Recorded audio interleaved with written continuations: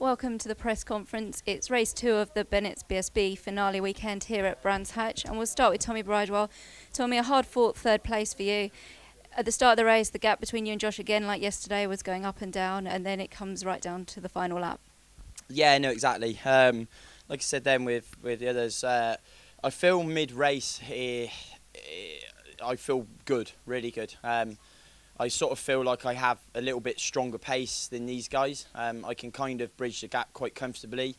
I lined up a couple of times a pass on Josh, and just as I kind of done it, just lost the front brake a little bit, which wasn't hampering me, and it didn't slow me down. It just made me a little bit nervous into the fastest corners. Not ideal. So it was a good race all in all. The bike was working really good. The last 2-ish laps was where I sort of struggled with entry a little bit. Just started losing the rear, and it made it a bit difficult to sort of fight that little bit harder to make a pass. And then obviously Scott got back by me, and then I could see that he was sort of trying to line up a pass on Josh. Unfortunately, I wasn't quite close enough to capitalise on when they both ran wide. But all in all, a strong race, a good performance from my Oxford Products Ducati yet again, and we'll try and make a few changes for this afternoon's race, and like I say, just finish the season with another good result. Scott, second place after you were just recalling some of the moments on the TV on that final lap with Josh Brookes. Talk us through the race from your perspective, because it wasn't the best start again, but you came through the order to take the fight down to the checkered flag. Yeah, I can't seem to make it easier for myself. I get off the start and then I went up into turn 2. I was too ambitious on the brakes.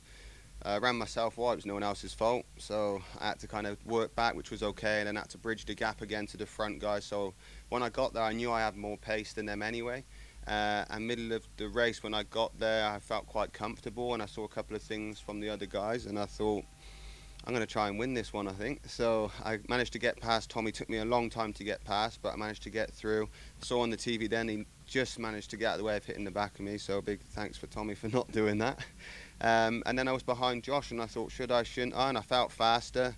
I made a move, and I knew he was going to try and have a go up the inside regardless, and the risk to reward ratio for me was not favouring me. And I heard the screech where he was backing it in, and I've heard that from a few guys already this year, and I thought that ain't going to end well. So I picked up.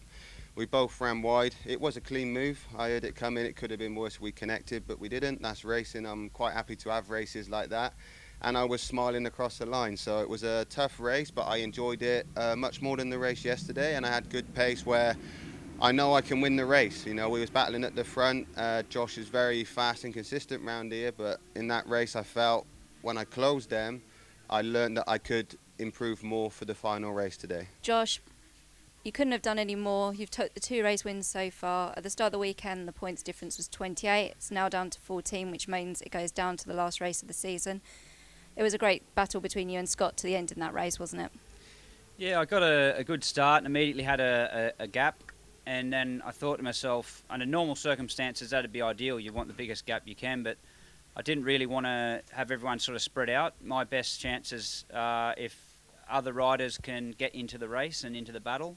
So I didn't really want to push on and try and make a big gap. And 25s aren't really that comfortable to do, to be fair. So I just sort of like rode fairly what you could call steady to lead the race, and then it immediately went back down to 0, which was what I would like to see. So everyone was sort of bunched up, and then I sort of started to go a little bit quicker and get back into the 25s in hope that I could be like the carrot that sort of led into some, maybe encourage someone to make a mistake. But that didn't seem to, make a difference either. And I could see that one lap it was Tommy, the next thing it was Scott, and then Tom and Scott, lap after lap. So I knew there was a good battle happening behind me. So I thought, well, the best thing I can do is just sort of stay here and sit at the front and see what happens at the end. And then on the last lap, Scott come up the inside, and I've got far less to lose than he does, so I went for the win.